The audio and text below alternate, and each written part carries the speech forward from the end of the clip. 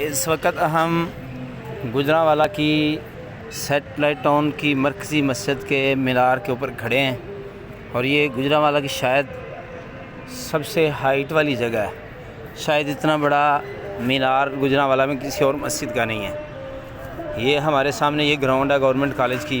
ये government college की building है और ये दूर दूर तक मुख्तलिफ़ गुजरांवाला की आबादी नज़र आ रही है।